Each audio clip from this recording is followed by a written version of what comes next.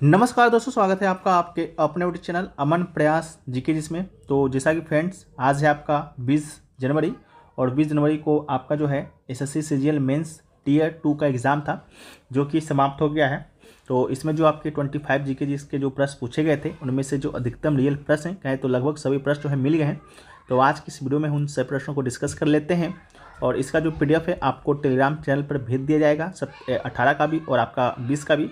तो उसको जाकर ज्वाइन कर लीजिएगा। बाकी जो भी लोग चैनल पे नए होंगे चैनल को आप लोग सब्सक्राइब कर लीजिएगा। जो लोग सब्सक्राइब किए होंगे तो नोटिफिकेशन बेल कॉल पर क्लिक कर लीजिएगा और एसएससी सीजीएल टीयर 2 से जुड़े हर पर अपडेट के लिए टेलीग्राम चैनल को भी ज्वाइन कीजिएगा। ठीक है, तो चलिए वीडियो को स्टार्ट करते हैं फ्रेंड्स बिना किसी देरी के। तो आज का जो हमारा पहला जो प्रश्न है वो जो पूछा गया वो आपका पूछा गया था कि सबसे तेज बैडमिंटन हिट करने का बनाया गिनीज जो वर्ल्ड रिकॉर्ड है वो आपका किसके नाम है। ठीक है, तो इसका जो राइट आंसर होगा वो आपके सात्विक साईराज रंकी रेड्डी इसका राइट आंसर होगा। अभी हाल ही में जो है भारतीय खिलाड़ी सात्विक साईराज रंकी रेड्डी ने 565 किलोमीटर प्रति घंटे की रफ्तार के साथ जो है एक दशक पुराना रिकॉर्ड जो है तोड़ दिया था। इस रिकॉर्ड ब्रेकिंग स्मैश ने न केवल सात्विक को एक अलग पहचान दिलाई थी बल्कि मलेशियाई खिलाड़ी जो थे टेन बून हेयोंग का जो है एक दशक पुराना रिकॉर्ड तोड़ा था। उनका रिकॉर्ड था मई 2023 में हेयोंग ने 493 किलोमीटर प्रति घंटा की तेज रफ्तार के साथ जो है ये रिकॉर्ड बनाया था। ठीक है, तो ये क्वेश्चन पूछा गया। वीडियो में आगे बढ़ते हैं लेकिन उससे पहले दोस्तों आप लोग को बताते हुए चलें, एक छोटा सा अपडेट है। बहुत सारे लोग बोल रहे थे कि आपका जो टेक्स्ट बुक जो 5 प्रो ईयरली का वो आपका बंद हो गया है। तो जी नहीं दोस्तों, वो आपका बंद नहीं हुआ है, वो आपका चल रहा है। साथ ही साथ जो है आपका इसको और अपग्रेड कर टेक्स्ट बुक 5 प्रो मैक्स किया गया है। ठीक है, टेक्स्ट बुक 5 प्रो मैक्स में है क्या पहले उसको आप लोग जान लीजिए। इसमें जो ईयरली टेक्स्ट बुक 5 प्रो का जो फीचर है वो तो आपको मिलेगा ही मिलेगा, साथ में जो है आपको यहाँ पर स्टडी नोट्स, बहुत सारे विद्यार्थियों का ये समस्या रहता था कि नोटिफिकेशन तो आ जाता है, एग्जाम का डेट भी निकल जाता है लेकिन हमें स्टडी नोट्स नहीं मिल पाता है पढ़ने के लिए। ठीक है, तो टेक्स्ट बुक 5 प्रो मैक्स में आपका यही फीचर को ऐड किया गया है। साथ में एक आपका समाधान एआई करके जो है आपको वहाँ पर दिया गया है। अगर कोई भी आपको डाउट होता है तो आप उसको पूछ सकते हैं पीडीएफ के माध्यम, पीडीएफ अपलोड करके, फोटो अपलोड करके, टेक्स्ट के माध्यम से, जैसा भी आप लोग को सहूलियत हो। ठीक है, साथ में टेस्ट सीरीज और पीवाईपी जो टेक्स्ट बुक के लिए 5 प्रो मिलता था वो तो आपको मिलेगा ही मिलेगा। ठीक है, तो अभी आपको परचेस अगर करना है तो इसका लिंक डिस्क्रिप्शन में दिया गया है, कमेंट सेक्शन में भी पिन किया हुआ रहेगा, आप इसे परचेस कर सकते हैं 1055 रुपये में कूपन कोड APG के साथ, जो कि आपको 12% का एक्स्ट्रा ऑफ देगा। और यहाँ पर आपको एक एग्जाम का नहीं, लगभग भारतवर्ष में जितने भी एग्जाम आप देते हैं या जितने भी एग्जाम होते हैं, चाहे एसएससी का हो, बैंक का हो, रेलवे का हो, डिफेंस का हो या स्टेट लेवल का कोई एग्जाम हो, सारे एग्जाम को आपको यहाँ पर ये सारी चीज़ें आपको यहाँ पर मिल जाती है। तो लिंक डिस्क्रिप्शन में है, कमेंट सेक्शन में पिन है, आप लोग जाकर जो है एक बार चेकआउट कर लीजिएगा। हम लोग वीडियो में आगे बढ़ते हैं। ठीक है, तो हमारा जो नेक्स्ट जो क्वेश्चन जो पूछा गया वो आपसे पूछा गया था amino acid related to sleep and hunger. ठीक है, स्लीप एंड हंगर से रिलेटेड कोई अमीनो एसिड का जो है आपसे नाम पूछा गया था। ठीक है, तो द अमीनो एसिड जो है tryptophan is known as the influence sleep and hunger. ठीक है, इसके अलावा it is the precursor to serotonin which can affect mood and appetite and melatonin which regulate sleep। ठीक है, तो देखिएगा अगर आपका ऑप्शन में ये दिया गया होगा ट्राइप्टोफैन तो ये आपका इसका राइट आंसर हो जाएगा। ठीक है, नेक्स्ट क्वेश्चन जो पूछा गया कि डैश भारत में महात्मा गांधी का पहला सत्याग्रह था। ठीक है, महात्मा गांधी का पहला सत्याग्रह जो है आपसे पूछा गया था भारत में कौन सा था। ठीक है, तो इसका जो राइट आंसर होगा वो दोस्तों आपका चंपारण सत्याग्रह होगा। चंपारण सत्याग्रह के विषय में आप लोग भी पढ़े होंगे कि ये जो है आपका 1917 में आपका घटित हुआ था। कहाँ पर हुआ था? तो ये आपका बिहार में। ठीक है, तो यहीं पर आपका महात्मा गांधी जी के द्वारा जो है चंपारण सत्याग्रह किया गया था। यह पहला ही सत्याग्रह था और आपका पहला ही सफल सत्याग्रह था। ब्रिटिश नील नीति के विरोध में ये आपका किया गया था और किसानों को नील की फसल उगाने और कम कीमत पर बेचने के लिए जो है मजबूर किया जाता था। ठीक है, उसी के विरोध में ये सत्याग्रह आपका हुआ था। ठीक है, नेक्स्ट क्वेश्चन पूछा गया जो है कि दक्षिण मध्य रेलवे का मुख्यालय जो है वो आपका कहाँ पर स्थित है। ठीक है, तो दक्षिण मध्य रेलवे की बात करते हैं तो इसका मुख्यालय आपका सिकंदराबाद में स्थित है। तो इसका जो राइट आंसर होगा वो आपका सिकंदराबाद आपका इसका राइट आंसर हो जाएगा। ठीक है, सिकंदराबाद में जो है दक्षिण मध्य रेलवे का जो मुख्यालय आपका स्थित है। गठन 2 अक्टूबर 1966 को होता है और यह अपने अधिकार क्षेत्र के तहत सभी 733 स्टेशनों पर 100% LED लाइटनिंग वाला भारत का पहला रेलवे क्षेत्र है। ठीक है, तो इसको भी आप याद रखिएगा। नेक्स्ट क्वेश्चन पूछा गया कि जेम्स चैडविक ने जो आपका इसका न्यूट्रॉन का जो आविष्कार किया था, खोज किया था, वो आपका किस वर्ष किया था। ठीक है, तो जेम्स चैडविक ने 1932 में परमाणु अनुसंधान में एक सफलता हासिल की, जब उन्होंने न्यूट्रॉन के अस्तित्व की पुष्टि की, जो प्राथमिक कण है जिनका कोई विद्युत आवेश नहीं है। तो 1932 इसका राइट आंसर होगा। इसके अलावा न्यूट्रॉन एक उप परमाणु कण है और जिसका प्रतीक N होता है और द्रव्यमान प्रोटॉन से थोड़ा सा अधिक होता है। इसके अलावा जो है यह इसका एक तटस्थ चार्ज है, कोई सकारात्मक या नकारात्मक चार्ज इसमें नहीं होता है। ठीक है, नेक्स्ट क्वेश्चन पूछा गया, आपसे समीकरण दिया गया था F = K/Q1 × QR बट्टा R²। जो समीकरण है वो आपका किसने दिया था? तो ये जो समीकरण है चार्ल्स ऑगस्टिन डी कूलम ने दिया था। ठीक है, इसे कूलम का नियम भी कहा जाता है। यह समीकरण दो बिंदु आवेश के बीच लगने वाला विद्युत बल को दर्शाता है, इस बात को भी याद रखिएगा। नेक्स्ट क्वेश्चन पूछा गया कि which of the following is an antecedent river, यानी कि पूर्ववर्ती नदी कौन सा है। 4 ऑप्शन दिया गया था, जिसमें से आपका एक ऑप्शन आपका इंडस का था, जो कि आपका राइट आंसर होता है। पूर्ववर्ती नदी आखिरकार वो होता क्या है? तो वो नदियाँ वह होती है जो अंतर्निहित चट्टानी स्थलाकृति में परिवर्तन के बावजूद अपने मूल मार्ग और पैटर्न को बनाए रखती है, जैसा कि सिंधु, ब्रह्मपुत्र, सतलज, कोसी जो है। कई हिमालय नदियां हैं जो पूर्ववर्ती नदी के अच्छे उदाहरण है। ये नदियां हिमालय क्षेत्र के उत्थान से पहले ही उत्पन्न हो जाता है। ठीक है, तो इसको भी याद रखिएगा। Teesta and Brahmaputra are some of the important antecedent rivers. Next question पूछा गया, ख्वाजा मुइनुद्दीन चिश्ती के दरगाह पर आने वाला जो है पहला सुल्तान कौन था? तो इसका जो राइट आंसर होगा आपका मोहम्मद बिन तुगलक, इसका राइट आंसर हो जाएगा। ख्वाजा मुइनुद्दीन चिश्ती की दरगाह पर आने वाला जो पहला सुल्तान था वो आपका मोहम्मद बिन तुगलक ही था। और मोहम्मद बिन तुगलक तुगलक वंश का काफ़ी होनहार शासक था। ठीक है, तो इसको भी याद रखिएगा। नेक्स्ट क्वेश्चन पूछा गया, उदारीकरण क्या है, यानी कि लिबरलाइजेशन क्या है। इसका जो है एक क्वेश्चन पूछा गया था स्टेटमेंट बेस्ड, और बताना था कौन सही है। ठीक है, तो हम यहाँ पर आपका इसका डेफिनेशन बता देते हैं, आप उससे ही अनुमान लगाकर अपने आंसर को सही करने का कोशिश कीजिएगा। उदारीकरण की बात करते हैं तो सरल शब्दों में सामाजिक, राजनीतिक और आर्थिक नीतियों के क्षेत्रों में राज्य के प्रतिबंधों से राहत को संदर्भित करता है।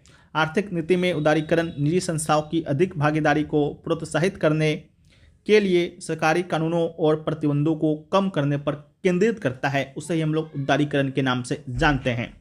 नेक्स्ट क्वेश्चन पूछा गया, विंग्स इंडिया 2024 का थीम क्या था? ठीक है, तो विंग्स इंडिया 2024 की थीम की बात करते हैं तो अमृत काल में भारत को विश्व से जोड़ना, यही आपका इसका थीम था। वाकई विंग्स इंडिया 2024 के बारे में बात करते हैं तो एशिया का सबसे बड़ा नागरिक उड्डयन कार्यक्रम है, हैदराबाद के बेगमपट हवाई अड्डे पर आयोजित किया गया।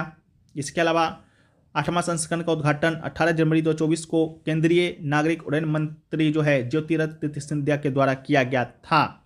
नेक्स्ट क्वेश्चन पूछा गया कि the United nation framework convention of climate change UNFCCC was adopt on, तो इसका राइट आंसर होगा मई 9, 1992।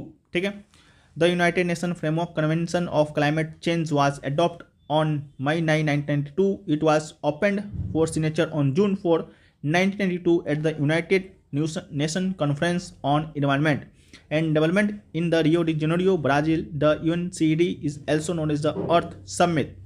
नेक्स्ट क्वेश्चन पूछा गया, द्रव मोजेक मॉडल जो है सिंगर और निकोलसन के द्वारा किस वर्ष प्रस्तावित किया गया? तो इसका जो राइट आंसर होगा 1972 राइट आंसर होगा। बायो में ब्रेन या कोशिका झिल्ली का द्रव मोजेक मॉडल जो है एस सिंगर और जीएल निकोलसन के द्वारा 1972 में प्रस्तावित किया गया। बाकी इस मॉडल के अनुसार प्रोटीन अणु लिपिड द्विपरत में अंतर्निहित होता है। इस प्रकार प्रोटीन को लिपिड के सागर में हिमखंड के रूप में देखा जा सकता है। ठीक है, तो इस प्रकार करके पूछा गया था। नेक्स्ट क्वेश्चन पूछा गया कि which among of the following is not a required qualification to be appointed as a जज ऑफ द सुप्रीम कोर्ट। ठीक है, सुप्रीम कोर्ट के जज बनने के लिए जो है कौन सा जो क्वालिफिकेशन रिक्वायरमेंट है वो आपका नहीं पूछा गया था। ठीक है, तो नहीं पूछा गया था, तो इसका जो राइट आंसर होगा वो आपका ही should have been 15 years or more, ठीक है, इसका आपका राइट आंसर हो जाएगा। बाकी क्या क्या एलिजिबिलिटी रहना चाहिए, तो being a citizen of India, having a least 5 years of experience as high court जज, having 10 years of experience as high court advocate, being recognised as the distinguished jurist by the president, ठीक है। तो ये सब आपका eligibility होना चाहिए। बाकी नॉट पूछा गया था, तो इसका राइट आंसर यही होगा। बाकी नेक्स्ट क्वेश्चन में पूछा गया कि पोखरण परमाणु परीक्षण के दौरान जो है भारत के राष्ट्रपति जो है वो आपके कौन थे। 4 ऑप्शन दिया गया था। 4 ऑप्शन में जो है एक ऑप्शन आपका बीबी गिरी का था, ठीक है, बीबी गिरी का था। इसके बाद एक क्वेश्चन आपका फखरुद्दीन अली का था, ठीक है, फखरुद्दीन अली का था। एक क्वेश्चन आपका ज्ञानी जेल सिंह का था और एक क्वेश्चन आपका एपीजे अब्दुल कलाम का था। तो ये जो परमाणु पोखरण परीक्षण जो है वो आपका हुआ था कब, तो ये हुआ था आपका 18 मई, कब हुआ था, तो 18 मई 1974 को हुआ था। और बीबी गिरी जो है 24 अगस्त 1974 तक जो है भारत के राष्ट्रपति के रूप में कार्य कर रहे थे। तो इसका राइट आंसर भी आपका क्या होगा, तो बीबी गिरी ही इसका राइट आंसर हो जाएगा, ठीक है। बाकी पहला परमाणु परीक्षण के समय प्रधानमंत्री अगर आपसे पूछा जाता तो इंदिरा गांधी होता। 18 मई 1974 को हुआ था। स्माइलिंग मुद्दा के नाम से इसे जाना जाता है। इस परीक्षण के लिए 6 किलोग्राम प्लूटोनियम का इस्तेमाल किया गया था। बाकी जो है दूसरा जो परमाणु परीक्षण है वो आपका 11 मई 1998 को हुआ। प्रधानमंत्री अटल बिहारी वाजपेयी थे और राष्ट्रपति आपके एपीजे अब्दुल कलाम जी थे, तो इसको भी याद रखिएगा। नेक्स्ट क्वेश्चन पूछा गया कनिष्क कौन से नंबर का शासक था।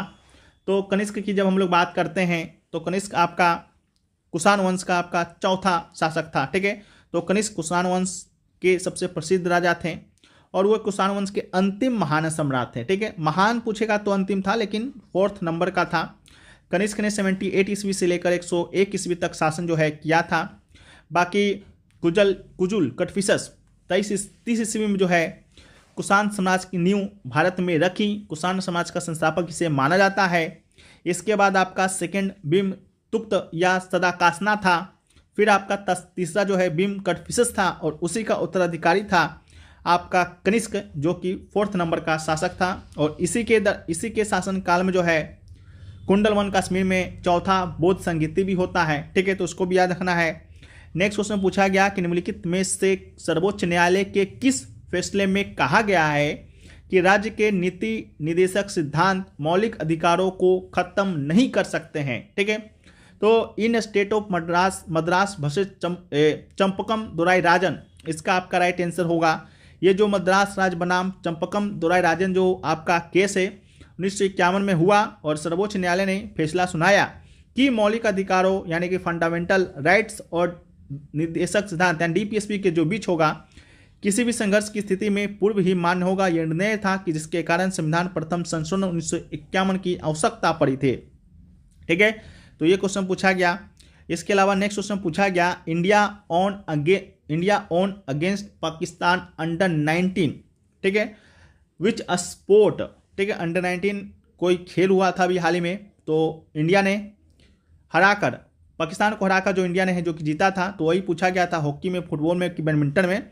तो इसका राइट आंसर आपका हॉकी होगा कि द इंडियन हॉकी टीम जो है beat Pakistan 5-3 in the final to the men's hockey junior Asia cup 2024 in Muscat Oman, ठीक है, तो यही पूछा गया था।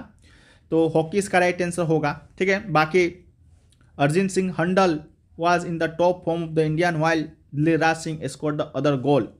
नेक्स्ट क्वेश्चन पूछा गया कि which acid test determiner turns litmus to red for acid and blue for base. तो इसका राइट आंसर लिटमस टेस्ट होगा। A litmus test is used in chemistry to determine if a solution is acidic और basic. During a litmus exam a special type of paper is dipped in the liquid being examined. The material is tested using litmus paper which turns red if it's acidic and blue if it's alkyne or basic, ठीक है, तो ये पूछा गया। इसके अलावा जो है पूछा गया आपका कि endangered oil species for central India, ठीक है, तो ये पूछा गया था। तो इसका राइट आंसर फॉरेस्ट ऑलवेट इसका आपका राइट आंसर होगा। द फॉरेस्ट ऑयलेट जिसका वैज्ञानिक नाम आपका ये है Athene blewitti, is endemic to the forest of central India. It is listed as endangered on the IUCN Red List in since 2018. As the population is estimated at a fewer than 1000 mature individual, it is threatened foremost by deformation. ठीक है, तो ये पूछा गया. फिर पूछा गया according to the census 2011 the growth rate of Hindu population India was. ठीक है, तो ये पूछा गया. तो इसका राइट आंसर आपका जो है वो आपका कितना होगा, तो 16.8% इसका राइट आंसर होगा. अकॉर्डिंग टू जो census 2011 census the growth rate of Hindu population in India was 60.8%. This was decrease from the 99.2% growth rate in the previous decade. ठीक है, तो ये पूछा गया. इसके अलावा नेक्स्ट क्वेश्चन जो पूछा गया सॉफ्टवेयर का नाम बताना था जो ministry of minority for granting loan. तो इसका राइट आंसर आपका मिलान सॉफ्टवेयर होगा. इसके अलावा जो है पूछा गया कि बोबेल परिकल्पना किसके द्वारा प्रस्तावित किया गया. तो इसका राइट आंसर आपका क्या होगा, तो डोलन परिकल्पना जो है क्रिक के द्वारा किया गया था. तो इसका राइट आंसर आपका क्रिक हो जाएगा. बाकी यहाँ पर आपका फैक्ट्स दिया गया है तो उसको आप लोग यहाँ पर पढ़ लीजिएगा. बाकी ये PDF आपको टेलीग्राम चैनल पे चला जाएगा. ठीक है, तो वहाँ से भी आप लोग इसको एक्सेस कर सकते हैं. बाकी एक छोटा सा हम रिव्यू देने का प्रयास करें कि आपका जो आज का एग्ज़ाम था ओवरऑल सारे सब्जेक्टों का कैसा था. तो उसको भी अगर आपके पास 2 मिनट का समय है तो आप इसे सुन लीजिए. ठीक है, तो जो है यहाँ पर पहले हम लोग मैथ का देखें. तो मैथ जो है आपका इजी टू मॉडरेट आया था फ्रेशर के लिए, और रिपीटर्स के लिए आपका इजी आया था. 27 क्वेश्चन जो है वो आपका डुएबल था, इजी था. बाकी 2-3 क्वेश्चन आपका था गुड क्वेश्चन था, बट आपका वो भी करने लायक ही था. इसके अलावा एक question of shaded area between 3 circle and 1% conceptually nothing hard. ठीक है, इसके अलावा it was comparatively easier than 18 जनवरी, यानी कि 18 जनवरी की अपेक्षा जो है आज का जो मैथ का जो पोर्शन था वो आपका इजी था. बाकी रीजनिंग की बात करते हैं तो रिपीटर्स के लिए इजी था और फ्रेशर के लिए जो है इजी टू मॉडरेट था. ठीक है, कन्फ्यूजिंग था एक question, confusing question of word formation 6 letter analytic reason में बी ए बाइट कन्फ्यूजन. ठीक है, इस प्रकार का था. इंग्लिश की बात करेंगे तो सबके लिए आपका इजी ही था. GS की बात करेंगे तो मॉडरेट था सभी के लिए, चाहे रिपीटर्स हो चाहे आपका पहले जो एग्ज़ाम फर्स्ट टाइमर हो. ठीक है, 13-14 क्वेश्चन आपका डुएबल था. It was comparatively easier in the 18 January but still moderate level का. ठीक है, बाकी कंप्यूटर का जो क्वेश्चन था वो आपका मॉडरेट था. पिछले बार आपका इजी क्वेश्चन पूछा गया था, लेकिन इस बार थोड़ा सा कंप्यूटर का पोर्शन मॉडरेट पूछा गया था. ठीक है, वैसा स्टूडेंट के द्वारा कहना था. बाकी ओवरऑल की बात करेंगे तो section 1 was easy to moderate for fresher, easy for repeaters. Section 2 was moderate for everyone. Overall as per student review this shift seems to be comparatively easier than 18 January. So most probably student of 18 January will get benefits in normalization. ठीक है, तो ये आपका review था. बाकी video आपको अच्छा लगा है तो वीडियो को लाइक कर दीजिए. चैनल पे अगर आप लोग नए हैं चैनल को सब्सक्राइब कर दीजिए. मिलते हैं हम लोग नेक्स्ट वीडियो में. और टेस्ट बुक 5 प्रो मैक्स अगर आप परचेज करना चाहते हैं तो उसको भी आप लोग कर सकते हैं. लिंक डिस्क्रिप्शन में दिया गया है, कमेंट सेक्शन में पिन है. जब तक के लिए जय हिंद फ्रेंड्स, वंदे मातरम.